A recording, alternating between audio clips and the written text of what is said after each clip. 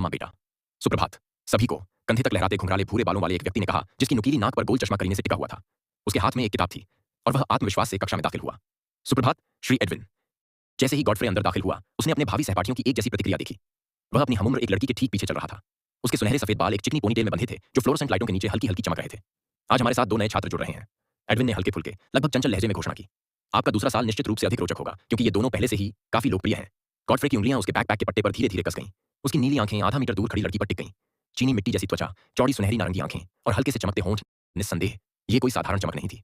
आप दोनों अपना परिचय क्यों नहीं देते? एडविन की आवाज सामने से मधुरता से गूंजी। मैं आइसोल्डे पेंड्रैगन हूं। पेंड्रैगन। गॉडफ्रे की आंखें सिकुड़ गईं। वह अकेला नहीं था। कमरे के उस पार सभी के चेहरे तुरंत बदल गए। फुसफुसाहट सूखी घास में हवा की तरह गूंज रही थी, लेकिन सबसे ज्यादा ध्यान खींचने वाली बात थी उन द्वितीय वर्ष के छात्रों की आंखों में छलकती विस्मयकारी भावना। पेंड्रैगन परिवार को कौन नहीं जानता था? समनर्स का एक परिवार, जो लगातार ड्रैगन समनर्स को जन्म देने के लिए प्रसिद्ध है। गॉडफ्रे ने अपना गला साफ किया, जिस पर इसोल्डे ने तिरछी नजर डाली और हल्की सी हंसी के साथ अपनी एक पतली भौं ऊपर उठा ली। सुप्रभात सभी को। मैं गॉडफ्रे डेनियल हूं और मुझे उम्मीद है कि हम सभी। तुम हीरो का कचरा हो। यह बात डेल नाम के एक लड़के ने गुस्से में कही, जिसके बाल छोटे छोटे कटे हुए थे और उसने अपने डेस्क के किनारे को ऐसे कसकर पकड़ रखा था मानो उसे कोई दबा हुआ खजाना मिल गया हो। डेनियल्स अमेज़न से, है ना? एक और लड़का, जिसके बाल बर्फ जैसे सफेद थे और जिसका चेहरा लगभग देवदूत जैसा था, हथेली पर आलस से टिका हुआ था। उसने अपनी भौहें ऊपर उठाई। गॉडफ्रे ने जबरदस्ती हल्की सी मुस्कान दी। हाँ, ये तो कचरा है। स्नो ने कंधे उचकाते हुए बुदबुदाया और उसकी नजरें वापस खिड़की की ओर चली गईं। कक्षा में हंसी की लहर दौड़ गई। कुछ लड़कियां अपने हाथों से अपनी हंसी दबा रही थीं, जबकि कुछ खुलकर हंस रही थीं। गॉडफ्रे भी तुम्हारी ही तरह एक इंसान है। लोगों को कूड़ा कचरा नहीं कहना चाहिए। एडविन की फटकार सख्त थी, लेकिन गॉडफ्रे को बेहतर पता था।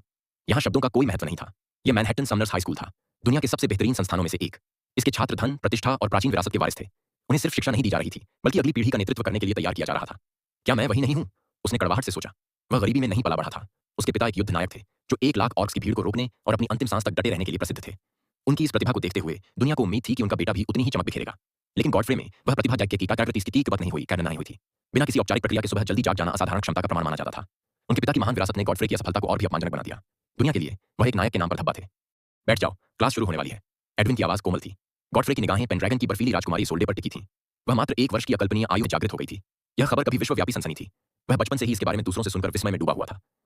उसने अपने सीने पर पड़े भारीपन को झटक दिया और पीछे की ओर एक सीट पर बैठ गया। आइसोल्डे ने स्वाभाविक रूप से खिड़की वाली पंक्ति को चुना। स्नो ठीक उसके सामने बैठा था। गॉडफ्रे, एडविन ने अचानक पुकारा, कल सुबह तुम नए छात्रों के जागरण समारोह में शामिल होगे। उसके सहपाठियों की दबी हुई हंसी साफ सुनाई दे रही थी। होंठ दबी हंसी से कांप रहे थे। आंखें व्यंग्य से चमक रही थीं। गॉडफ्रे ने चुपचाप से हिलाया। अब तक उसे इसकी आदत हो चुकी थी। एक समय था जब उसने वैभवशाली बनने का सपना देखा था। एक भव्य जानवर को बुलाने का, अकादमी के प्रशंसित लड़कों में से एक बनने का, उस तरह का लड़का बनने का जिसके वफादार दोस्त हों और सुंदर लड़कियों की निगाहें पतंगों की तरह उसके पीछे पीछे चलती हों। अब जब मैं उस सपने के बारे में सोचता हूं, तो वह लगभग हास्यास्पद लगता है। तो फिर? एडविन की आवाज तेज हुई, जिससे गॉडफ्रे अपने विचारों से बाहर आ गया। हम सभी पहले समनर एडम के बारे में जानते हैं। उसने लेक्चर स्टैंड पर रखी अपनी नोटबुक खोली और उसका समन। पूरी कक्षा में तुरंत सन्नाटा छा गया। सुनहरे मुकुट का कैदी, जिसे बंदर राजा के नाम से जाना जाता है। एक राजा स्तरीय समन, जो अपनी बुद्धिमत्ता और अद्वितीय युद्ध कौशल के लिए प्रसिद्ध है। एक ऐसा प्राणी जो किसी भी प्रतिद्वंद्वी के गुणों की नकल और अनुकरण करने में सक्षम है। एडविन कुछ देर रुका इन शब्दों के महत्व को समझने के लिए, लेकिन वह गायब हो गया एक सफेद कालकोठरी के द्वार में। और यहीं से हमारा आज का विषय शुरू होता है। कालकोठरी के द्वार क्या होते हैं, उनकी विशेषताएं क्या हैं, और वे एक सदी से भी अधिक समय से क्यों बने हुए हैं। कई लोगों ने अपने ज्ञान का प्रदर्शन करने की उत्सुकता में हाथ ऊपर उठा दिए। गॉडफ्रे का ध्यान कहीं और भटक गया। उसकी निगाहें खिड़की के बाहर की दुनिया पर टिक गईं, जहां सफेद बादल धीरे धीरे तैर रहे थे और सूरज की रोशनी छतों पर फैल रही थी। उसके लिए इतना ही काफी था। ब्रेक आ गया। गॉडफ्रे उठा तो देखा कि डेल 2 अन्य लोगों, ऑरवेन और सेसिल के साथ उसकी ओर बढ़ रहा है। डेल के चेहरे पर दिख रही त्योरी एक सधी हुई मुस्कान में बदल गई और वह इसोल्डे की ओर मुड़ गया। मैं डेल हूं, उसने हाथ बढ़ाते हुए कहा। इसोल्डे बिना देखे उसके पास से गुजर गई। उसके जाने के बाद सन्नाटा छा गया, जिसे डेल की तेज हंसी ने तोड़ा। वह वापस मुड़ा और अब गॉडफ्रे की ओर देख रहा था। क्या तुम्हें खुद को कचरा जैसा महसूस नहीं होता? डेल ने ताना मारा। तुम्हारे पिता ने उन ऑर्क्स के खिलाफ अपनी जान कुर्बान कर दी क्योंकि तुम्हारी मां तुम्हें जन्म देने वाली थी। उस दिन हमने एक हीरा खोया और बदले में कचरा मिला। यही सोचते रहो। गॉडफ्रे ने मन ही मन सोचा और जेब में हाथ डाले उसके पास से गुजर गया। वह उसकी बातों में नहीं आएगा। डेल के खिलाफ तो बिल्कुल नहीं, जो अकादमी के सबसे होनहार छात्रों में से एक था, और इसोल्डे द्वारा इतनी स्पष्ट रूप से नजरअंदाज किए जाने के बाद तो बिल्कुल भी नहीं। लेकिन जैसे ही वह गलियारे में आगे बढ़ा, किसी ने उसकी गर्दन पर हाथ डाल दिया। गॉडफ्रे थोड़ा मुड़ा। हरे बाल, तेज आंखें, दुबला पतला शरीर। अगर डेल एक बैल था तो यह भेड़िया था। इसे देखो, अभी से डर गया। एक साधारण दिखने वाला लड़का उसके बगल में आकर चिढ़ाते हुए बोला। गॉडफ्रे की झुंझलाहट तब सतर्कता में बदल गई जब उसने उनके पीछे आ रहे स्नो को देखा। स्पष्ट था कि ये दोनों उसके चमचे थे। इसोल्डे को कोई छू नहीं सकता था। दूसरी ओर गॉडफ्रे सबके लिए आसान शिकार था। सुना है तुम्हारे पिता को गोल्ड ईटर कोलोसस का बुलावा आया था। हरे बालों वाले लड़के, सिगफ्रीड ने आंख मारते हुए कहा। पक्का उसने तुम्हारे परिवार के लिए सोने का पहाड़ छोड़ दिया होगा। स्कूल के बाद हमारे लिए भी कुछ खरीदोगे? उसे छोड़ दो। स्नो की आवाज बर्फ की तरह चुप गई। दोनों नौकर असमंजस में पड़ गए। तभी स्नो ने अपना पैर आगे बढ़ाया और अपने जूते के ढीले फीते की ओर ध्यान आकर्षित किया। एक युद्ध नायक का बेटा अपने सहपाठी के जूते के फीते बांध रहा है। सिगफ्रीड हंसते हुए गॉडफ्रे को अपनी ओर धकेलने लगा। बिल्कुल सही है ना? यह तुम्हें याद दिलाता है कि तुम कहां के हो। तुम्हारे पास हाथ तो है ना? गॉडफ्रे की आवाज सपाट थी। या फिर तुम बस पूरे स्कूल को यह बताना चाहते हो कि तुम अपने जूते के फीते भी नहीं बांध सकते? स्नो की आंखें सिकुड़ गईं। उसकी पुतलियों में एक हल्की रहस्यमयी चमक दिखाई दी। अगले ही पल गॉडफ्रे ने खुद को कैफेटेरिया की तीसरी मंजिल की बालकनी की रेलिंग पर लड़खड़ाते हुए पाया। हवा उसके कपड़ों को खींच रही थी और नीचे जमीन का विशाल विस्तार था। किसी ने उसकी जैकेट को कसकर पकड़ रखा था। बस उसी की वजह से वह इतनी ऊंचाई से सिर के बल गिरने से बचा हुआ था। वो कूद गया। ये सब क्या था? तुमने क्या देखा? वह बदमाश खुद ही रेलिंग पर चढ़ गया। कई आवाजों का शोर गॉडफ्रे के कानों में गूंज उठा, जिससे उसे यह समझने में मदद मिली कि स्नो ने उस पर अपनी पशु शक्ति का प्रयोग किया होगा। अध्याय 2। आह्वान जागरण समारोह। क्या तुम ठीक हो? इसोल्डे की आवाज शांत थी, हालांकि उसके चेहरे पर भावों का कोई असर नहीं दिखा। उसकी आवाज में उसके चेहरे से कहीं अधिक गहराई थी। यार, मुझे उम्मीद थी कि वो आखिरकार इससे बाहर निकल ही जाएगा, लेकिन वो सचमुच गिर जाता। छी, कितना दयनीय। सिगफ्रीड ने गॉडफ्रे की ओर व्यंग्यपूर्वक इशारा किया, जबकि स्नो अपनी ट्रे को एक मेज की ओर ऐसे ले गया मानो किसी को तीसरी मंजिल से लगभग नीचे फेंक देना किसी परेशान करने वाली मक्खी को मारने से कम ना हो। तुम हंस रहे हो मुझे लगभग जान से मार देने पर? गॉडफ्रे का जबड़ा कस गया। उसकी नीली आंखें सिकुड़ गईं और उसने स्नो को घूर कर देखा। भीड़ को चीरते हुए और कैफेटेरिया के बीचों बीच पहुंचते हुए उसके सीने में दबा हुआ गुस्सा उमड़ रहा था। उसके बगल में इसोल्डे अपनी हमेशा की तरह शालीनता से चल रही थी। 16 वर्ष की, गॉडफ्रे की ही उम्र की। उसके सुनहरे सफेद बाल और सुनहरी नारंगी आंखें उसे लगभग अलौकिक रूप दे रही थीं। कैफेटेरिया का तनाव मानो उसके चारों ओर सिमट रहा था। तुम अब भी बकवास करते हो। सिगफ्रीड दहाड़ते हुए आगे बढ़ा और सीधा मुक्का मारा। उसमें ताकत तो थी, लेकिन वह लापरवाह था। उसमें कई खामियां थीं। गॉडफ्रे की सहज प्रवृत्ति जागृत हुई। उसने सिगफ्रीड की बांह पकड़ी, कोहनी मोड़ी, घुमा और उसे पीठ के बल फेंक दिया। द्वितीय वर्ष का छात्र धड़ाम से जमीन पर गिरा। मैं तुम्हें मार डालूंगा। सिगफ्रीड दहाड़ते हुए अपने पैरों पर खड़ा हो गया। इस बार उसके मुक्के में पूरी ताकत थी, ऐसी ताकत जो सीमेंट की दीवारों को भी तोड़ सकती थी। लेकिन उसे हैरानी हुई जब गॉडफ्रे ने अपनी बांह उठाकर उसे रोक दिया। एक ऐसा प्रहार जिससे हड्डी टूट जानी चाहिए थी। उस पर गॉडफ्रे ने मुश्किल से ही कोई प्रतिक्रिया दी। सिगफ्रीड जम गया। उसके भीतर के पशु से उसका संबंध टूट गया था और उसकी सारी शक्ति भी चली गई थी। उस क्षण वह एक शक्तिहीन मनुष्य से भिन्न नहीं था। गॉडफ्रे की मुट्ठी उसके चेहरे पर जोर से पड़ी। दूसरे बार एक अपरकट ने सिगफ्रीड को जमीन पर पटक दिया और वह कैफेटेरिया के फर्श पर जा गिरा। क्या तुमने वो देखा? एक छात्र ने अपनी बिना छुई ट्रे को वहीं छोड़ते हुए हाँफते हुए कहा। दूसरा छात्र, जो खाना मुंह में ठूंस रहा था, बीच में ही रुककर हैरानी से देखने लगा। उसने सिगफ्रीड को हरा दिया। ये असंभव है। डेल की मेज पर बैठी बॉब कट वाली लड़की सेसिल ने गहरी भौहें चढ़ा ली।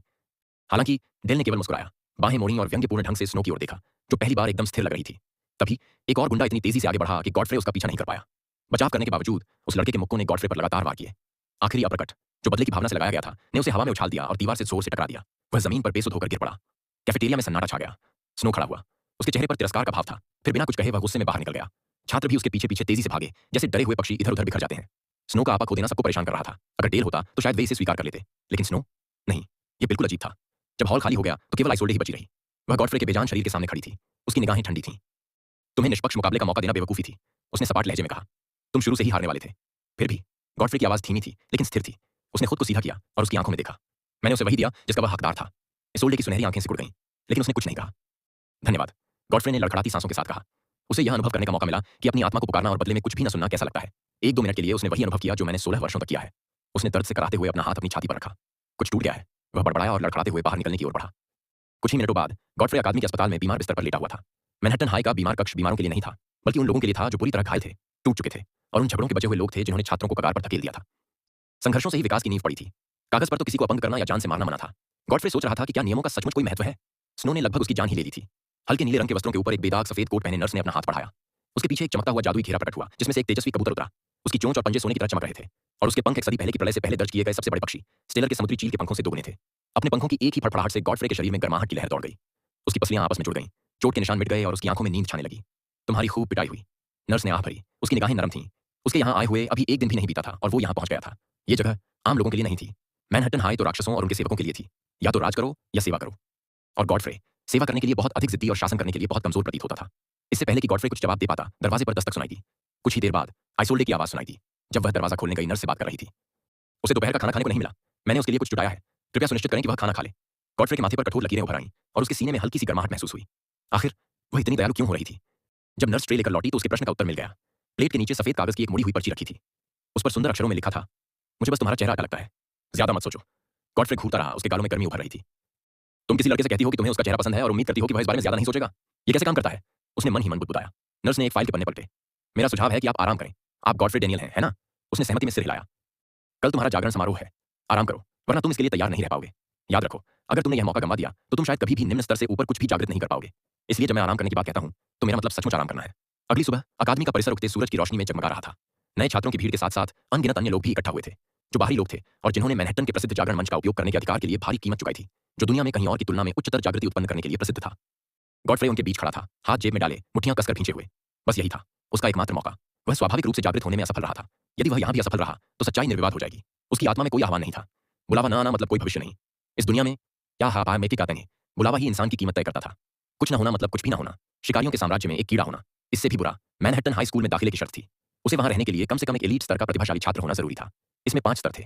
निम्न स्तर 1.0 से 3.4, विशिष्ट स्तर 3.5 से 5.4, उच्च स्तर 5.5 से 7.9, स्वामी स्तर 8.0 से 10.0 और प्रसिद्ध राजा/रानी स्तर 10.1 से 12.9। यहां तक कि ड्रैगन भी अपनी सारी भव्यता के बावजूद, क्षमता होने पर भी शायद ही कभी राजा स्तर तक पहुंच पाते थे। ऊपर की कक्षाओं से छात्र खिड़कियों से बाहर झुककर देख रहे थे। केंद्रीय मंच पर एक ऊंचे चबूतरे पर 6 कालकोठरी कोर द्वारा संचालित चमकते हुए प्रतीक चिन्ह जगमगा रहे थे। पिन स्ट्राइप सूट में दुबले पतले और गंभीर दिख रहे प्रधानाध्यापक आगे बढ़े। उनकी उपस्थिति से अनुशासन की झलक मिल रही थी। उनकी निगाहें भीड़ पर घूम पड़ी। जैसा कि आप सभी जानते हैं, उन्होंने भीड़ के लिए उपयुक्त स्वर में बोलना शुरू किया। आज का दिन आपके जीवन का फैसला करेगा। कोई अनावश्यक भाषण नहीं होंगे। हम तुरंत शुरू करते हैं। उसकी नजर हाथ में मौजूद कागज की पर्ची पर पड़ी। पहला नाम है। उसने अपनी भौहें उठाई और गला साफ किया। फिर अपनी नजरें वापस भीड़ की ओर उठाई और मैनहट्टन की जैकेट पहने इकलौते किशोर पर टिका दी। Godfrey Daniel. अध्याय 3। किंग टियर समन। अपने कानों में गूंजते हुए प्रतीत होने वाले मौन कदमों के साथ गॉडफ्रे षटभुजाकार चबूतरे के शीर्ष पर चढ़ गया। उसकी निगाहें प्रधानाध्यापक पर टिकी हुई थीं, जो उसके लिए मंच के केंद्र में खड़े होने के लिए पीछे हट गए। प्रधानाध्यापक एक महिला के साथ खड़े थे जिसके हाथ में एक टैबलेट थी। यह वह उपकरण था जो समनर द्वारा बुलाए गए प्राणी की श्रेणी का आकलन करता था। वह महिला सबसे पहले यह देख पाएगी कि वह सिर्फ एक सामान्य इंसान है या उसके भीतर कोई गुप्त शक्ति छिपी हुई है। शांत हो जाइए, गहरी सांसें लीजिए और अपनी आंखें बंद कर लीजिए। आप खुद को एक ऐसी जगह पर पाएंगे जिसे हम आपकी आत्मा का स्थान कहते हैं, और आप सीधे अपने बुलावे को देख रहे होंगे। गॉडफ्रे की आंखें बंद करते ही प्रधानाध्यापक कुछ देर रुक गए। अंधेरा होगा, लेकिन चिंता मत करो। तुम्हारे बुलावे की रोशनी ही तुम्हारे लिए एकमात्र रोशनी होगी। इस समय गॉडफ्रे को प्रधानाध्यापक की बातें सुनाई नहीं दे रही थीं। कालकोठरी के केंद्र मंद रोशनी से जगमगा रहे थे। सूर्य की रोशनी से उनकी चमक फीकी पड़ गई थी और गॉडफ्रे अपनी आत्मा के अंतरिक्ष में खिंचा चला गया। उसने अपनी माँ और कई अन्य लोगों के अनुभव सुने थे। हर बार एक ही बात होती थी। वे अनंत अंतरिक्ष जैसी किसी जगह पर तैरते हुए दिखाई देते थे और उनका राक्षस वहां उनका इंतजार कर रहा होता था। कुछ लोगों ने कहा कि वे पहली नजर में ही डर गए थे, कुछ खुश थे और कुछ ने जो देखा उससे सहम गए थे। लेकिन जब गॉडफ्रे ने अपनी आंखें खोली तो वह अपने सामने के दृश्य को देखकर समझ नहीं पाया कि क्या करे। वह एक विशाल सीढ़ी पर खड़ा था जो किसी राजमार्ग जितनी चौड़ी थी। सीढ़ियों को बनाने वाले पत्थर बिल्कुल सफेद थे, मानो संगमरमर और जादू का मिश्रण हो, और सीढ़ी लकड़ी के एक विशालकाय दोहरे दरवाजे वाली एक ऊंची दीवार की ओर ऊपर जाती थी। इसके ऊपर सूर्य टकटकी लगाए हुए था जिसकी तीक्ष्ण चमक हर चीज को प्रकाश से भर रही थी। गॉडफ्रे ने अचरज से चारों ओर देखा। अंधेरा कहाँ गया? वह अंतरिक्ष में क्यों नहीं तैर रहा था, बल्कि सीढ़ियों पर क्यों खड़ा था? ऐसा तो नहीं हो सकता कि जागने से ठीक पहले मेरी मृत्यु हो जाए, है ना? वह हंस पड़ा। हालांकि उसका मजाक खोखला सा लगा। फिर भी शिखर पर उसका क्या इंतजार कर रहा है, यह देखना बेहतर था। जैसे ही उसने एक कदम बढ़ाया, गॉडफ्रे ने खुद को विशाल द्वार के सामने खड़ा पाया। उसकी सतह पर अत्यंत बारीकी से एक विशाल अंडाकार ढाल उकेरी गई थी जिस पर एक लंबी तलवार बनी हुई थी। उसने अपने हाथ दरवाजे पर रखे और हल्के से धक्के से वह अंदर की ओर खुल गया। हे भगवान! माप लेने वाली मशीन लिए महिला की ओर प्रधानाध्यापक ने गुस्से से देखा। उनके माथे पर गहरी लकीरें उभर आई थीं। क्या बात है? उसका स्तर? महिला ने भयभीत होकर उसकी ओर देखा। यह एक है थे? यह क्या है? प्रधानाध्यापक करीब आए। उनकी आवाज तीखी थी, जब तक कि महिला आखिरकार बोलने में कामयाब नहीं हो गई। यह 12.1 है। वह बड़ी मुश्किल से यह शब्द बोल पाई, मानो उसकी आवाज किसी पत्थर से बंधी हो और उसे घसीटा जा रहा हो। प्रधानाध्यापक की आंखें चौड़ी हो गईं। उसके बुलावे में 12.1 किंग टियर की क्षमता है। महिला ने गुस्से से सिर हिलाया और स्क्रीन उसकी ओर बढ़ा दी। यह 12.1 है और संभावित के कहलाते सी की रेटिंग है। जब रीडिंग से पता चला कि संभावित स्कोर 12.9 से अधिक है तो प्रधानाध्यापक का चेहरा पीला पड़ गया, मानो उन्होंने कोई भूत देख लिया हो। यह अथाह था। तभी गॉडफ्रे के ऊपर एक सुनहरा आरेख चमक उठा, जिसकी चमक ने आइसोल्डे, स्नो, डेल और उसकी कक्षा के अन्य लोगों को खिड़कियों से बाहर झुककर उसे और स्पष्ट रूप से देखने के लिए मजबूर कर दिया। एक जोरदार धातुई धमाके के साथ आकृति से एक आह्वान नीचे उतरा, जो मोटी स्टील पर चढ़े अलंकृत सुनहरे कवच से लिपटा हुआ था, और उतरते ही उसके कंधों से एक सफेद लबादा लहरा रहा था। वह आकृति पूरे 7 फीट लंबी थी। एक हाथ में विशाल अंडाकार ढाल और दूसरे हाथ में एक लंबी तलवार थी। उसका व्यक्तित्व प्रभावशाली था और उसके हेलमेट पर उंगली से भी पतली एक ऊर्ध्वाधर दरार थी जो अंदर से हल्की चमक रही थी। एक शूरवीर। स्नो की आंखों में तिरस्कार झलक रहा था। सभी जानते थे कि गोलेम और ऑर्क जैसे मानवाकार प्राणियों को पशु प्राणियों की तुलना में कमजोर माना जाता था। केवल 2 अपवाद थे, आदम का बंदर राजा जो आधा बंदर था, और केन का डार्क सेराफ जिसमें दिव्य रक्त था। आपने 3.0 स्तर और 6.0 की क्षमता वाले एक मानवाकार प्राणी को बुलाया है। केस वाली महिला ने जोर से घोषणा की। फिर प्रधानाध्यापक की ओर एक चोरी छिपे नजर डाली। केवल उन दोनों को ही पता था कि उपकरण ने सबसे पहले क्या प्रदर्शित किया था। फिर भी उसने यही बात जोर से कही। क्या वह उन दुर्लभ समनकर्ताओं में से एक था जिनके भीतर 2 समन छिपे हुए थे? अगर ऐसा नहीं है तो मापक गलत था। लेकिन एक निम्न स्तरीय समन में इतनी बेतुकी वृद्धि क्षमता कब से आ गई? आप नीचे उतर सकते हैं, प्रधानाध्यापक ने शांत स्वर में कहा। उनके चेहरे पर कोई भाव नहीं दिख रहा था क्योंकि उन्होंने गॉडफ्रे को अपना समन लेते और नीचे उतरते देखा। लेकिन उनके दिमाग में कुछ चल रहा था। उस पर नजर रखी जा रही है। कुछ ऐसा है जिसे हम अभी तक समझ नहीं पाए हैं। मुझे यह जानना जरूरी है कि वह लड़का सचमुच एक निम्न स्तरीय समनर है या भेस बदलकर छिपा हुआ एक उच्च स्तरीय समनर है। एक मानव रूपी आह्वान समारोह शुरू करने का कितना भयानक तरीका है। गॉडफ्रे ने भीड़ में से किसी को बड़बड़ाते हुए सुना। उनकी आवाज अपने भाग्य के भय से कांप रही थी। इसमें अपार संभावनाएं हैं। कल्पना कीजिए कि एक निम्न स्तर से उच्च स्तर तक पहुंचने का मौका किसी ऐसे प्राचीन योद्धा पर बर्बाद हो जाए जिसकी तलवार किसी जानवर को खरोंच भी न सके। गॉडफ्रे की निगाहें अपने बच्चे के बगल में खड़े उस व्यक्ति पर टिक गईं जिसने बात की थी। उनकी निगाहें मिली, लेकिन उस व्यक्ति की आंखों में दिख रही घृणा ने उसे विचलित नहीं किया। जब उसका मन उथल पुथल में था तब किसी भी बात से उसे कोई फर्क नहीं पड़ता था। उसे उस पत्थर के दरवाजे की याद आ गई जिस पर वह प्रतीक चिन्ह बना हुआ था, जिसे उसने अपने द्वारा बुलाए गए योद्धा के कक्ष के पीछे देखा था। सब कहते थे कि उनकी आत्मा में सबसे पहले जो चीज दिखाई देती है वही उनका सच्चा आह्वान होता है। सबसे पहले उसने शूरवीर को नहीं देखा, बल्कि उसने एक सीढ़ी देखी जो किसी महल जैसी इमारत की ओर जा रही थी। यदि यही उसका असली बुलावा था तो शूरवीर तो बस उसका एक हिस्सा था, जिसका मतलब था कि दूसरे दरवाजों के पीछे दूसरे शूरवीर थे। जब वह आखिरकार अपनी कक्षा में पहुंचा तो सबकी निगाहें उस पर टिक गईं और उसके सारे विचार थम गए। जिस लड़के का कभी बिना बुलावे के होने के कारण मजाक उड़ाया जाता था, अब उसके पास बुलावा था। लेकिन फिर भी तुम्हारे पिता का आह्वान सोने की वर्षा कर सकता था और ऑर्क्स की सेना को नष्ट कर सकता था, लेकिन तुम्हारा आह्वान तो बस एक छोटी सी तलवार और ढाल लहरा सकता है। क्या कचरा अब कूड़ेदान में चला गया है? डेल हंसते हुए बोला, पेट पकड़कर, जबकि उसके साथी ठहाके लगा रहे थे। बाकी लोग गॉडफ्रे को दया भरी निगाहों से देख रहे थे। इस तरह के समन के साथ वह हमेशा अपने पिता की विरासत के लिए एक मजाक बनकर रह जाएगा। लड़ाई की कक्षा का समय हो गया है। चलो तुम्हारे उस योद्धा की परीक्षा लेते हैं। सिगफ्रीड खड़ा हुआ, उसकी हरी आंखों में तीव्र द्वेष छलक रहा था। उसने अपने बाल बिखेरे और बाहर चला गया। एक-एक करके बाकी लोग भी उसके पीछे-पीछे चलने लगे। कुछ उसे दया भरी नजरों से देख रहे थे, कुछ उसे नजरअंदाज कर रहे थे, कुछ अपने चेहरे से उसका मजाक उड़ा रहे थे। अंत में केवल इसोल्डे ही बची रही। अंत में उसने कहा, यह एक शानदार योद्धा है। गॉडफ्रे ने आंखें घुमाई। पूरी कक्षा चाहती है कि मुझे सबके सामने अपमानित किया जाए।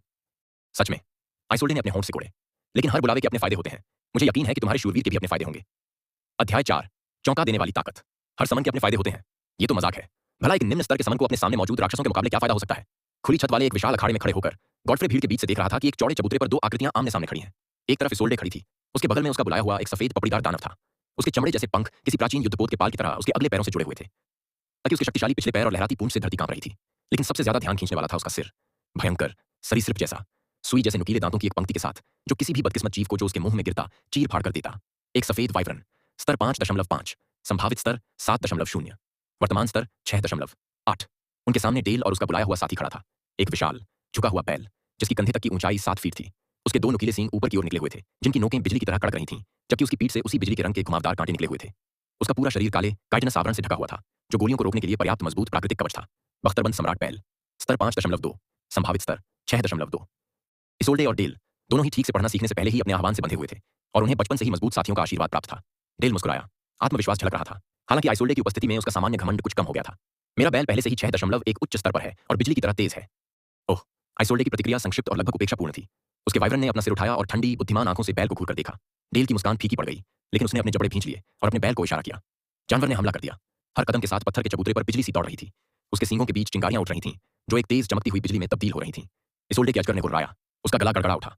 उसके मुंह से सफेद धुंध निकली और पल भर में ही दौड़ता हुआ अजगर बर्फ में जम गया। छात्रों के बीच हैरानी की लहर दौड़ गई। उसका अजगर, वह एक तत्व की सांस ले सकता है। प्लेटफॉर्म पर पाला तेजी से फैल गया, जिससे पत्थर चटकने लगे। बिजली कड़कते ही जमा हुआ बैल टुकड़ों में बिखर गया, लेकिन तभी एक अजगर उस पर टूट पड़ा। अपनी विशाल खुरदरी पूंछ से उसने बैल की गर्दन पर वार किया, जिससे कवचधारी जानवर अखाड़े में खिसकता हुआ चला गया और उसके जबड़ों से खून बहने लगा। डेल के हाथ कांप रहे थे क्योंकि उसकी बाहों पर बिजली की हल्की सी चमक दिखाई दे रही थी। इसोल्डे जीत गई। युद्ध प्रशिक्षक की आवाज कठोर और निर्णायक थी।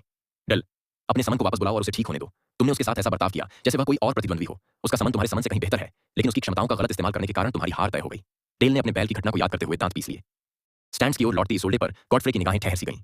हर कोई उसे प्रशंसा से देख रहा था। वह न केवल सुंदर थी, बल्कि प्रतिभाशाली भी थी। उसका भविष्य उज्ज्वल था। एक पल के लिए उसने अपना सिर घुमाया और उसकी ओर देखा। गॉडफ्रे के होंठ हल्के से मुड़े। शानदार बुलावा, उसने चुपचाप कहा। उसके शब्दों को सुनकर उसके चेहरे पर गर्व भरी मुस्कान आ गई। बर्फ की जीत हुई। इस घोषणा ने गॉडफ्रे का ध्यान वापस अखाड़े की ओर खींच लिया। उसकी आंखें चौड़ी हो गईं जब उसने स्नो को एक मनुष्य के आकार की विचित्र रूप से आकर्षक तितली के नीचे खड़े देखा। उसके पंख लाल रंग की झिलमिलाहट से जगमगा रहे थे, मानो टूटते तारे की रोशनी चमक रही हो। वह चमक दूसरी लड़की द्वारा बुलाए गए सांप की ओर बढ़ गई और देखते ही देखते बुलाने वाली और बुलाने का आदेश देने वाली दोनों पत्थर में बदल गईं। अखाड़े में सन्नाटा छा गया। स्नो ने आलस से उंगलियां चटकाईं। उसकी ग्लिमर विंग तितली एक बार फड़फड़ाई, जिससे बहुरंगी चमक निकली, जिसने जमे हुए पत्थर को पिघला दिया। लड़की कांपते हुए सुबह के कायदे से हुए तेती तभी ना की देना नहीं, देह में फंसी होने की याद से आंखें चौड़ी करके गिर पड़ी। अगली बार आराम से खेलना, वे तुम्हारे सहपाठी हैं, प्रशिक्षक ने सख्ती से कहा। मैंने तो आराम से ही खेला, स्नो ने प्लेटफॉर्म से नीचे उतरते हुए शांत भाव से जवाब दिया। भीड़ में सन्नाटा छा गया और फुसफुसाहट फैल गई। ग्लिमर विंग बटरफ्लाई कोई साधारण संबंध नहीं थी। टियर 6.0, क्षमता 6.5। युद्ध में घातक, लेकिन उससे भी अधिक भयावह इसका दुष्प्रभाव था। जितना अधिक समय तक यह अपने स्वामी से जुड़ी रहती, उतना ही अधिक इसे सम्मान करने वाला व्यक्ति आकर्षक होता जाता। और स्नो पहले से ही इस बात का जीता जागता सबूत था। इससे पहले कि गॉडफ्रे पूरी तरह से समझ पाता कि उसने अभी अभी क्या देखा है, प्रशिक्षक की आवाज फिर से सुनाई दी। गॉडफ्रे डेनियल, अब तुम्हारी बारी है। उसके सीने में तनाव की एक गांठ सी बन गई, लेकिन उसने धीरे से सांस छोड़ी और खुद को संभाला। आगे बढ़ते हुए उसकी मुट्ठियां कसती और ढीली होती रहीं। एक समनर के रूप में यह उसकी पहली असली लड़ाई होगी। उसके जीवन में एक मौलिक बदलाव की शुरुआत। मंच के दूसरी ओर खड़ी उसकी प्रतिद्वंदी, दो चोटियों वाली एक लड़की, मुस्कुरा रही थी। उसे अपनी जीत का पूरा भरोसा था। गॉडफ्रे ने कुछ क्षणों के लिए अपनी आंखें बंद कर लीं और उस सिंहासन के बगल में एक पत्थर की पट्टिका पर खुदे हुए चमकदार शब्द को याद किया जहां उसे अपना योद्धा मिला था। समन गोल्डन ऑर्डर का नाइट कैप्टन। प्रकार हाइब्रिड। स्तर 3.0, संभावित 6.0। विवरण: तलवार और ढाल इकाई का एक शूरवीर कप्तान, उनमें सबसे महान, स्वर्ण आदेश का शपथबद्ध सिपाही, भयानक राक्षसों का वध करने के लिए रासायनिक रूप से रूपांतरित, 50 पाउंड की तलवार, 100 पाउंड की ढाल और 150 पाउंड का कवच धारण करता है। बेहोशी की अवस्था में यह शूरवीर कप्तान अपनी मूल शक्ति की सीमाओं को तोड़ देता है, नई ऊंचाइयों पर पहुंचता है और अपने शत्रुओं की क्षमताओं की नकल करता है। गॉडफ्रे ने मन ही मन मुस्कुराते हुए कहा, एक नाइट कैप्टन है ना, तो मैं तुम्हें माउंटेन कहकर बुलाऊंगा। उसकी आंखें अचानक वास्तविक दुनिया में खुल गईं, जहां लड़की का आह्वान प्रकट हुआ। एक विशालकाय लोहे के पंजों वाला केकड़ा, जिसके स्टील के पंजे चमक रहे थे और हर वार इतना शक्तिशाली था कि दीवार को चीर सकता था। पहाड़, अब समय आ गया है, बाहर आओ। उसके बगल में एक सुनहरा चित्र चमक उठा और विशालकाय योद्धा प्रकट हुआ। प्रकाश में सोना और इस्पात चमका रहे थे। उसके पीछे एक सफेद लबादा लहरा रहा था। उसके कवच पर सूर्य की आकृति बनी हुई थी। भारी धातुई कदमों से माउंटेन ने गॉडफ्रे को पीछे छोड़ दिया और अपनी विशाल ढाल उठाई। तलवार तैयार मुद्रा में थी। लड़की खिलखिलाकर हंस पड़ी। उसका केकड़ा तेजी से आगे बढ़ा और अपने पंजों से माउंटेन की ढाल पर बेरहमी से प्रहार किया। टक्कर की गूंज सुनाई दी, लेकिन पीछे हटने के बजाय योद्धा की ढाल चमकते हुए प्रतीकों से जगमगा उठी। अवशोषित बल बाहर की ओर फैल गया, जिससे केकड़े के कवच पर गहरे घाव हो गए। लड़की और उसका साथी सब में से पीछे हट गए। माउंटेन ने अपनी ढाल नीचे की और अपनी विशाल तलवार घुमाई, जिससे केकड़े के स्टील के पंजों में से एक कट गया। मंच पर खून के फव्वारे फूटते देख लोगों के मुंह से सिसकियां निकल पड़ी, लेकिन माउंटेन अभी रुका नहीं था। उसके चेहरे पर घृणा झलक रही थी। उसने अपने लोहे के बूट से केकड़े की छाती पर जोरदार प्रहार किया, जिससे वह लुढ़क गया। उसकी तलवार ऊपर उठी, मानो एक ही वार में उस जीव को समाप्त करने के लिए तैयार हो। रुको! गॉडफ्रे की आवाज सदमे से भरी हुई और तीखी सुनाई दी। पहाड़ जम गया। ब्लेड केकड़े के सिर से 1 इंच ऊपर मंडरा रहा था। मैदान में सन्नाटा छा गया। एक पल के लिए प्रशिक्षक भी स्तब्ध रह गया। फिर एक तेज आदेश देते हुए घायल केकड़े को उठाया और उसके कटे हुए पंजे को फिर से जोड़ने के लिए स्कूल की नर्स के पास भागा। चारों ओर के छात्र बड़ी बड़ी आंखों से गॉडफ्रे को घूर रहे थे। उनमें से किसी को भी उस दृश्य पर विश्वास नहीं हो रहा था जो उन्होंने अभी अभी देखा था। अध्याय 5। प्रतिशोधी वरिष्ठ छात्र सैम। अभी अभी जो कुछ हुआ था उसे याद करते हुए गॉडफ्रे को अपने बुलावे का विवरण याद आया। तलवार और ढाल इकाई का एक शूरवीर कप्तान, उनमें सबसे महान, स्वर्ण आदेश का शपथबद्ध सिपाही, भयानक राक्षसों का वध करने के लिए रासायनिक रूप से रूपांतरित, 50 पाउंड की तलवार, 100 पाउंड की ढाल और 150 पाउंड का कवच धारण करता है। बेहोशी की अवस्था में यह शूरवीर कप्तान अपनी मूल शक्ति की सीमाओं को तोड़ देता है, नई ऊंचाइयों तक पहुंचता है और अपने शत्रुओं की क्षमताओं की नकल करता है। राक्षसी जीवों का वध करने के लिए रासायनिक रूप से रूपांतरित। जैसे ही उसे इसका निहितार्थ समझ आया, उसकी आंखें धीरे धीरे चौड़ी हो गईं। उसके द्वारा बुलाए गए योद्धा कभी शूरवीरों का एक दल थे जिन्हें विशेष रूप से जानवरों से जुड़े खतरों से निपटने के लिए बनाया गया था, और अधिकांश बुलाए गए योद्धा जानवर ही थे। आखिरकार उनमें से अधिकांश कालकोठरियों के भीतर के प्राणियों से ही उत्पन्न हुए थे। समय के साथ मानव आत्माओं ने अपने भीतर इन प्राणियों को प्रकट करना शुरू कर दिया, लेकिन उनकी जड़ें, उनका मूल हमेशा से कालकोठरी के द्वार ही रहे थे। तुम एक लड़की के साथ चल रहे हो और तुम्हारा ध्यान कहीं और है। तुम वाकई बड़े ही अनोखे हो, गॉडफ्रे। इसोल्डे की आवाज उसके विचारों को ऐसे चीर उठी जैसे सूरज की रोशनी कोहरे को चीर देती है। उसने अपना सिर दाहिनी ओर घुमाया। उसकी नीली आंखें उसके बगल में चल रही उस मनमोहक सुंदरी के सुनहरे नारंगी रंग से मिली। उसने एक हाथ में अपना सफेद बैग पकड़ा हुआ था और उसके होठों पर हल्की सी मुस्कान थी। कोई स्थायी क्षति नहीं हुई, उसने आश्वस्त करते हुए कहा, मानो वह उसके मन की बात समझ गई हो। क्या तुमने नहीं सुना जब युद्ध प्रशिक्षक ने कहा कि नर्स ने केकड़े का पंजा फिर से जोड़ दिया है? गॉडफ्रे ने धीरे से सिर हिलाया। सच कहूं तो मुझे इसकी उम्मीद नहीं थी। तुम्हारे चेहरे के हाव भाव से ही मुझे यह पता चल गया था। आइसोल्डे ने अपनी आंखें थोड़ी सी कोड़ी। मैं भी दंग रह गई थी। 3.0 के समन को 3.1 के समन पर पूरी तरह हावी होते देखना वाकई कमाल था। तुम्हारी नाइट की चाल सधी हुई, सटीक, बिना किसी फालतू हरकत के। ये किसी निचले स्तर के समन के आम अनाड़ी हमलों जैसा नहीं लग रहा था, इसलिए मैं इस नतीजे पर पहुंची। उसने अपना सिर झुकाया। तुम्हारा समन वाकई बुद्धिमान है ना? शायद, गॉडफ्रे ने लापरवाही से कंधे उचकाते हुए कहा। इसोल्डे ने अपनी जीभ चटकाई और हल्के से उसका कंधा धक्का दिया। इतना अकड़ना बंद करो। स्कूल का दिन समाप्त हो चुका था और छात्र अपने छात्रावासों की ओर जा रहे थे। गॉडफ्रे को लगा कि आइसोल्डे भी अपने छात्रावास की ओर जा रही होगी। तभी अचानक एक चमचमाती काली कार सामने आकर रुकी और 2 बार हॉर्न बजाया। सूट पहने एक आदमी कार से बाहर निकला और झुककर पीछे का दरवाजा खोला। मिस आइसोल्डे, गॉडफ्रे ने अपनी भौहें उठाई। आप छात्रावास में नहीं रहते? उसने सिर हिलाया और अपने बालों को पीछे किया। मेरे माता पिता ने स्कूल प्रबंधन से मेरे लिए स्कूल के बाहर एक अलग अपार्टमेंट का इंतजाम कर दिया है। पता नहीं यह कब तक चलेगा। कल मिलते हैं। कार का दरवाजा बंद होते ही उसने हाथ हिलाया और गाड़ी चली गई। गॉडफ्रे ने पलकें झपकाईं, आह भरी और लड़कों के छात्रावास की ओर मुड़ गया। उसका उत्साह उबल रहा था। वह अपनी आत्मा की दुनिया में लौटना चाहता था। उस महल को फिर से देखना चाहता था जिसकी एक झलक उसने देखी थी। शायद दूसरे दरवाजे पर खुदे हुए प्रतीकों के जरिए वह अंदर छिपी हुई चीजों का पता लगा सके। और आज की लड़ाई से उसे पता चल गया था कि माउंटेन का कवच साधारण स्टील का नहीं था। इसमें कुछ खास प्रभाव थे, जैसे ढाल की परावर्तक क्षमता। वहां खोजने के लिए बहुत कुछ था। सोच में डूबे और सामान्य से धीमी गति से चलते हुए गॉडफ्रे ने देखा कि कैंपस का रास्ता सुनसान हो गया था। अधिकांश छात्र जा चुके थे, या तो अपने कमरों में अपने फोन में मग्न, या दोस्तों के साथ समय बिता रहे थे। इसीलिए आगे किसी को इंतजार करते देखना उसे अजीब लगा। एक छात्र दीवार से टिककर खड़ा था, हाथ बांधे हुए। वह थोड़ा बड़ा लग रहा था, 17 या 18 साल का, तीसरे वर्ष का छात्र। उनकी नजरें मिलीं और गॉडफ्रे ने तुरंत लड़के की आंखों में भड़कते गुस्से को पहचान लिया। जैसे ही गॉडफ्रे करीब आया, वरिष्ठ छात्र ने अपनी गर्दन चटका ली। मैंने सुना था कि तुम समनर नहीं हो, इसलिए हमने तुम्हें छोड़ दिया। लड़कों के क्षेत्र में तुम्हारा ठीक से परिचय नहीं कराया गया। छात्र ने ताना मारते हुए उसके रास्ते में कदम रखा। गॉडफ्रे ने अपने कंधे ढीले किए। तुम क्या चाहते हो? आखिर यह बकवास कब खत्म होगी? तीसरे वर्ष के छात्र का चेहरा गुस्से से लाल हो गया। तुमने एक बेकार से मानव रूपी प्राणी को बुलाया और मेरी बहन के केकड़े पर अपनी निकम्मी तलवार शान से दिखाने की हिम्मत कैसे की? उसने मुट्ठी भींची और उसके बगल में एक आह्वान आरेख चमक उठा। सुनहरे कवच वाला एक प्राणी प्रकट हुआ, एक ऐसा दैत्य जो चमकते हुए पहिए में बदल गया। आपको इसकी कीमत चुकानी पड़ेगी। लोहे की खाल वाला आर्माडिलो तेजी से आगे बढ़ा। उसका शरीर सिकुड़कर एक घूमते हुए सुनहरे गोले में बदल गया। पलक झपकते ही उसका आकार एक आदमी से घटकर बास्केटबॉल जितना हो गया और उसकी गति 3 गुना बढ़ गई। बिजली की एक लकीर की तरह वह गॉडफ्रे से टकरा गया, इससे पहले कि वह कुछ प्रतिक्रिया कर पाता। टक्कर इतनी जोरदार थी कि वह अपने पैरों से उछलकर हवा में उछल गया। वह फुटपाथ पर गिरा, जोर से लुढ़का और फिर फिसलते हुए रुक गया। यह एक लोहे की खाल वाला आर्मडिलो था, वर्तमान स्तर 4.0, अपनी रक्षा और गति के लिए कुख्यात एक विशालकाय जीव। लेकिन यह उससे भी बदतर था। इसके कवचधारी शरीर से लपटें फूट रही थीं, आग इसकी खाल पर फैल रही थी। यह न केवल तेज और मजबूत था, बल्कि इसने मौलिक आक्रमण क्षमता भी विकसित कर ली थी। तीसरे वर्ष का छात्र सैम एक क्रूर मुस्कान के साथ उसके ऊपर मंडरा रहा था। उसकी बांह चमक रही थी, उसकी त्वचा पर शल्क फैले हुए थे, यहां तक कि उसकी पूरी बांह किसी जानवर के स्टील जैसे कवच से ढकी हुई थी। तुम मर चुके हो। उसने अपना नुकीला हाथ उठाया। वार होने से पहले ही गॉडफ्रे के बगल में एक सुनहरा चित्र चमक उठा। माउंटेन तलवार लेकर आगे बढ़ा। उसके क्षैतिज वार ने सैम को अपने जानवर से जगह बदलने पर मजबूर कर दिया। वह पलक झपकते ही गायब हो गया और अपनी जगह पर फिर से प्रकट हो गया। वार आर्मडिलो पर हुआ। माउंटेन की तलवार जब उसकी लोहे की खाल से टकराई तो चिंगारियां उड़ने लगीं। उस जानवर ने बेरहमी से पलटवार किया। उसके पंजे आग उगल रहे थे। माउंटेन ने बड़ी मुश्किल से समय रहते अपनी ढाल उठाई, लेकिन वार इतना जोरदार था कि उसके नीचे की जमीन चकनाचूर हो गई और वह पत्थरों और धूल के ढेर के साथ पीछे की ओर खिसकता चला गया। सैम ने पीछे से दबी हुई हंसी। उसका समन उछल पड़ा। उसके आग के पंजे नीचे की ओर झपटे। गॉडफ्रे बड़ी मुश्किल से लुढ़क पाया, ऊपर की हवा में झुलसा देने वाली गर्मी महसूस करते हुए। उसकी छाती कस गई। एक तीसरे वर्ष का छात्र, एक कुलीन स्तर का समन। माउंटेन अपनी वर्तमान स्थिति में इसका मुकाबला नहीं कर सकता था। अब केवल एक ही विकल्प बचा था, ब्लैकआउट स्टेट का इस्तेमाल करो, अभी। जैसे ही जलते हुए पंजे फिर से नीचे उतरे, गॉडफ्रे के दिमाग में आदेश गूंज उठा। अचानक सड़क पर हवा का एक झोंका आया जिससे उसके बाल बिखर गए। स्रोत पर्वत था। अब सुनहरे रंग के बजाय योद्धा का कवच गहरे लाल रंग में चमक रहा था। उसकी लंबी तलवार ऑब्सीडियन की तरह काली थी और उसकी ढाल सूखे खून के रंग की थी। वह एक भयानक आभा के साथ खड़ा था। उसके पूरे शरीर पर उसकी अपनी ज्वालाएं धधक रही थीं। स्टील की गर्जना के साथ माउंटेन ने आक्रमण किया। 7 फुट लंबे योद्धा ने आर्माडिलो को टक्कर मारी और उसे इतनी जोर से दीवार पर पटका कि सफेद पत्थर पर मकड़ी के जाले जैसी दरारें पड़ गईं। जैसे ही पर्वत की लपटें आर्माडिलो की अपनी आग से भी अधिक गर्म, अधिक भयंकर और अधिक हिंसक रूप से जलने लगीं, वह जानवर चीख उठा। सैम की मुस्कान गायब हो गई। उसका भीतरी रूप गेंद की तरह गोल होकर अपनी सबसे मजबूत रक्षात्मक मुद्रा में आ गया। लेकिन माउंटेन निर्दयी था। उसने अपनी ढाल को पूरी ताकत से नीचे पटका, जिससे सैम की रक्षात्मक मुद्रा टूट गई। फिर उसने अपनी तलवार से घातक प्रहार किया। रुको! सैम चिल्लाया। उसका चेहरा पीला पड़ गया। 5 सेकंड से भी कम समय में युद्ध क्षेत्र का स्वरूप उलट गया। वह योद्धा, वह सिर्फ ताकतवर ही नहीं हुआ था, बल्कि उसने आर्माडिलो की ज्वालाओं की नकल भी कर ली थी। माउंटेन गिरे हुए जानवर से मुंह फेर कर मुड़ा। उसके बूट पत्थर पर बज रहे थे। उसका खून जैसा लाल हेलमेट गॉडफ्रे की ओर झुका हुआ था। ऑब्सीडियन तलवार नीचे की ओर थी और लाल ढाल उसकी कमर पर स्थिर थी, जैसे पूछ रहे हो, आपका ऑर्डर क्या है? मैनहट्टन हाई में किंग टियर समनर। गॉडफ्रे ने अपने शूरवीर को पीछे हटने का इशारा किया, जिससे सैम को अपना आदेश वापस लेने का मौका मिल गया। गॉडफ्रे द्वारा माउंटेन को जगाए हुए अभी कुछ ही समय हुआ था और इसका असर दिखने लगा था। ब्लैकआउट स्टेट ने माउंटेन की रेटिंग को 3.0 से बढ़ाकर अविश्वसनीय रूप से 4.0 कर दिया था और इसका असर साफ दिख रहा था। गॉडफ्रे का चेहरा पीला पड़ गया था, शरीर कांप रहा था। उसका शरीर सामान्य से अधिक कमजोर महसूस हो रहा था और उसकी सांसें थोड़ी अनियमित थीं। यह स्वाभाविक था। अधिकांश नए समनरों को संबंध को कुछ मिनटों से अधिक समय तक बनाए रखने के लिए अपने बंधन को मजबूत करने में 1 सप्ताह, कभी-कभी 1 महीने का समय लगता था। समय के साथ वे अपने साथियों को घंटों, यहां तक कि दिनों तक अपने साथ रख सकते थे।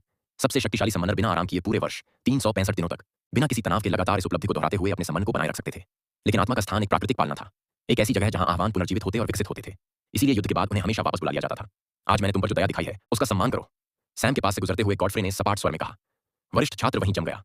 अपनी हार की शर्मिंदगी से उसके चेहरे पर अविश्वास के भाव स्पष्ट थे। मैं सोच रहा था कि तुम इस सोल्डे को कब छोड़ोगे। एक जानी पहचानी व्यंग्यात्मक आवाज सुनकर गॉडफ्रे रुक गया। वह पीछे मुड़ा। उसकी निगाहें सिगफ्रीड और मॉल्ड्रेड पर टिक गईं, जो साथ-साथ टहल रहे थे, जबकि स्नो चुपचाप उनके पीछे-पीछे फोन लिए चल रहा था। मॉल्ड्रेड ने अपना हाथ आगे बढ़ाया। उसकी हथेली से पंख निकले और पलक झपकते ही दूरी तय कर ली। गॉडफ्रे को बचाव में अपनी भुजाएं मोड़ने का भी मुश्किल से समय मिला था कि वे पंख उसकी कलाइयों में घुस गए। उसने माउंटेन को बुलाने की कोशिश की, लेकिन उसे चक्कर आने लगे। संभलने से पहले ही सिगफ्रीड हरे रंग की धुंधली आकृति में उसके सामने प्रकट हो गया। उसके हाथ जेड जैसे नुकीले पंजों में बदल गए थे, जो सूर्य की रोशनी में बड़े और चमक रहे थे। उन पंजों ने गॉडफ्रे के चेहरे को जकड़ लिया। बेहद तेज गति से सिगफ्रीड ने अपना सिर दीवार पर दे मारा। पत्थर कांच की तरह चटक गया। जाले जैसी दरारें बाहर की ओर फैल गईं और फिर गॉडफ्रे बेजान होकर जमीन पर गिर पड़ा। ओह! मैंने कुछ ज्यादा ही ताकत लगा दी। सिगफ्रीड हंसते हुए बोला और अपने पंजे ऐसे समेट लिए जैसे कुछ हुआ ही ना हो।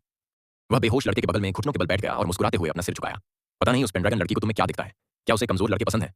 मॉल्ड्रेड सैम के पास से गुजरा, जो अभी भी अकड़ा हुआ और आंखें फाड़कर बैठा था। उसकी निगाहें स्नो पर टिक गईं। वह शांत, मौन आकृति जिसकी उपस्थिति मात्र से ही बाकी सभी लोग बौने लग रहे थे। सैम का गला सूख गया। वह तीसरे वर्ष का छात्र था, एक 4.0 समनर, जबकि स्नो पहले से ही 6.5 पर था। उससे 1 साल नीचे होने के बावजूद स्नो अजेय था।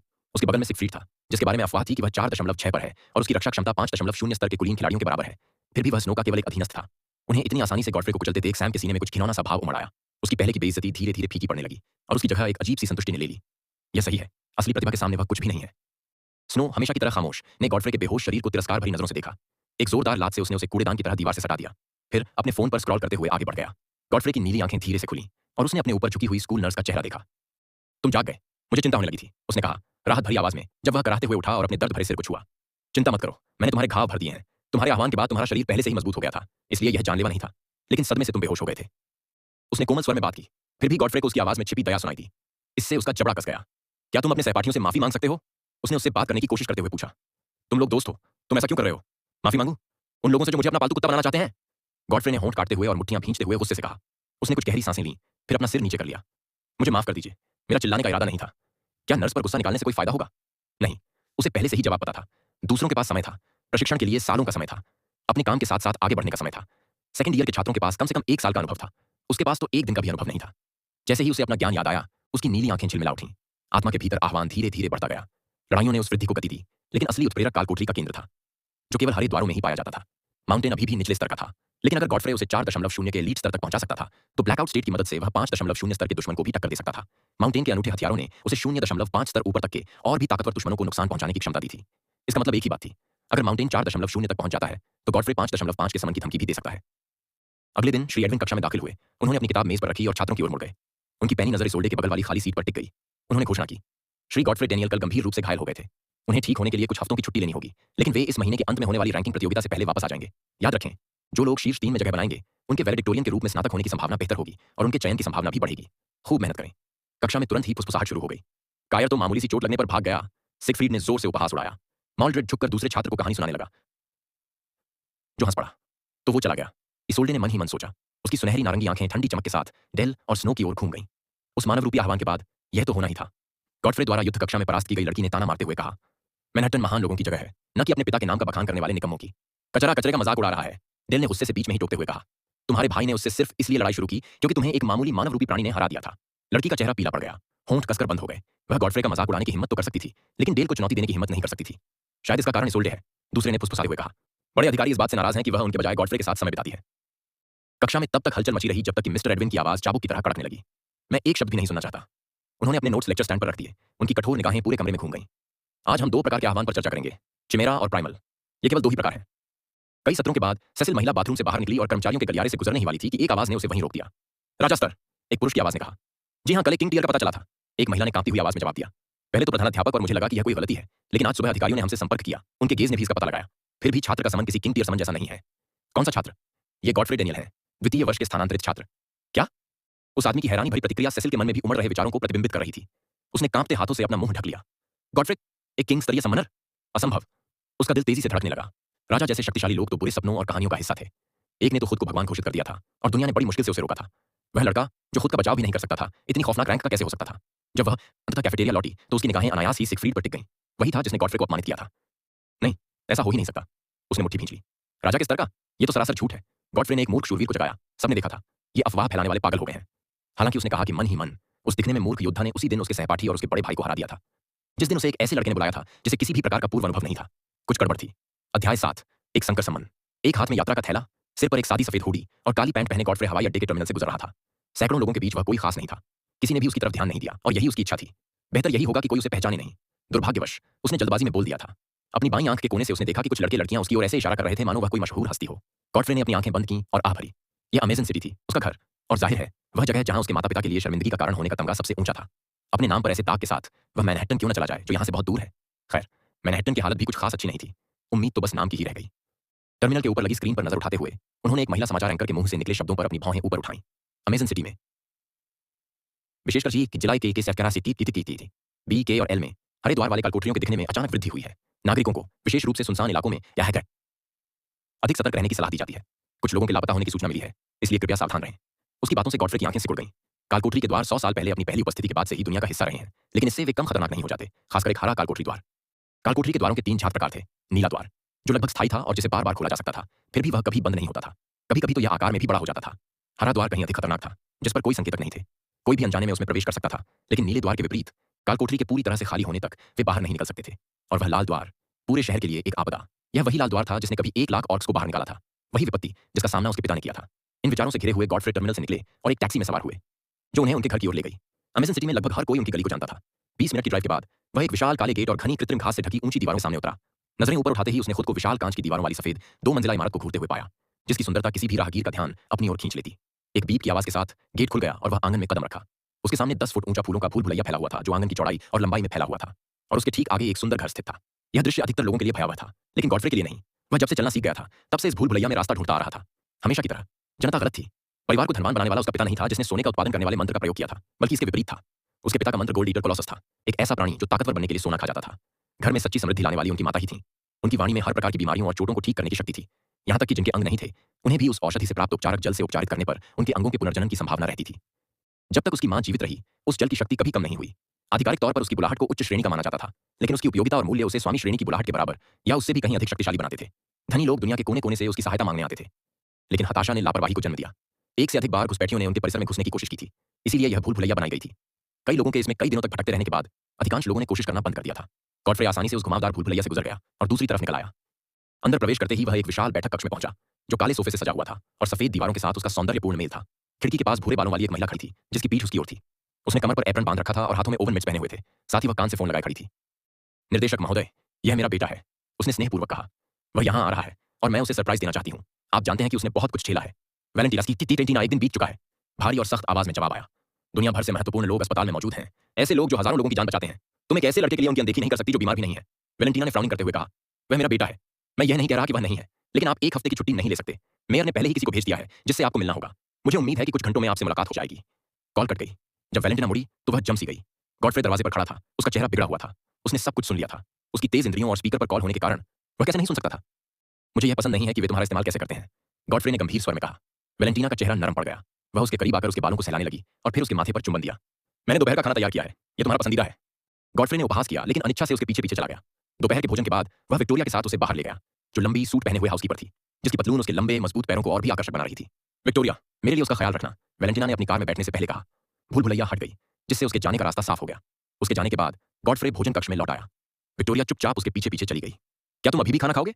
उसने उसके दोपहर के भोजन का बचा हुआ हिस्सा उठाते हुए पूछा। गॉडफ्रे ने सिर हिलाया और उसे ले जाते हुए देखा। उसे इस बात से नफरत थी कि उसकी मां का किस तरह इस्तेमाल किया जा रहा था। उसकी पुकार को एक औजार बना दिया गया था। उसका जीवन दूसरों के इशारों पर चल रहा था। किसी पुरुष का खोया हुआ अंग दोबारा उगाने में उसे कई दिनों तक लगातार देखभाल करनी पड़ती थी। फिर भी उसका काम बिना आराम किए कभी कभी तो महीनों तक चलता रहता था। क्या यह उस समन की कीमत थी जिसका वह विरोध नहीं कर सकती थी? क्या यही कारण था कि अधिकारी उसके साथ संपत्ति जैसा व्यवहार करते थे, जबकि उसे विशेष विशेषाधिकार देते थे, जैसे कि बिना समन के मैनहट्टन में दाखिला लेना? गॉडफ्रे ने मुट्ठी भींच ली। उसकी मां गुलाम नहीं थी। एक दिन सब कुछ उसकी शर्तों पर होगा, लेकिन इसके लिए उसे और मजबूत बनना होगा। यह सोचकर उसने अपनी आंखें बंद कर लीं। अगले ही पल वह अपनी आत्मा की दुनिया में पहुंच गया। अंतहीन सफेद सीढ़ियों के परिचित दृश्य को देखकर उसकी आंखें चमक उठीं। यह दृश्य आज भी उतना ही मनमोहक था जितना पहली बार था। वह पहले कक्ष में प्रकट हुआ, जो सफेद पत्थर से बना एक विशाल हॉल था। उसके दाहिने छोर पर माउंटेन एक पत्थर के सिंहासन पर बैठा था। उसकी ढाल बाएं हाथ की आड़ पर टिकी थी और उसकी लंबी तलवार दाएं हाथ की आड़ पर। जब उसने गॉडफ्रे को देखा तो माउंटेन उठ खड़ा हुआ। उसके कवच से चरमराहट की आवाज आई। फिर उसने अपने हथियार उठाए और उसके सामने घुटने टेक दिए। गॉडफ्रे ने शूरवीर के विशाल कंधे के कवच पर हाथ रखा। उठो पर्वत। योद्धा ने बिना किसी झिझक के आज्ञा का पालन किया। गॉडफ्रे की नजरें दीवारों पर टिक गईं। पत्थर पर चित्र खुदे हुए थे, तलवार और ढाल लिए एक योद्धा, और उसके बगल में एक गिरगिट जैसा प्राणी जिसका शरीर बदलते रंगों से मुड़ा हुआ था। अन्य चित्रों में उस राक्षस को अपने दुश्मनों की शक्तियों का उपयोग करते हुए दिखाया गया था, जो कई बार शिकार से शिकारी में परिवर्तित हो जाता था। भित्ति चित्र के साथ प्राचीन ग्रंथ भी थे, जिन्हें गॉडफ्रे पढ़ नहीं सकते थे, लेकिन केवल रेखा चित्रों से ही पर्याप्त जानकारी मिल गई। तो इसका यही मतलब है, रासायनिक रूप से परिवर्तित माउंटेन महज जानवरों को मारने की शक्ति से लैस एक इंसान नहीं था। वह किसी कहीं अधिक प्राचीन, कहीं अधिक विचित्र चीज का परिणाम था। गिरगिट एक कायमरा था। माउंटेन स्वयं एक आदिम प्राणी था, लेकिन साथ मिलकर वे कुछ असंभव से भी बढ़कर थे। एक संकर, एक ऐसा आह्वान जो स्वाभाविक रूप से कभी अस्तित्व में नहीं आ सकता। और उसके सामने दूसरा दरवाजा था। क्या वह भी एक हाइब्रिड था?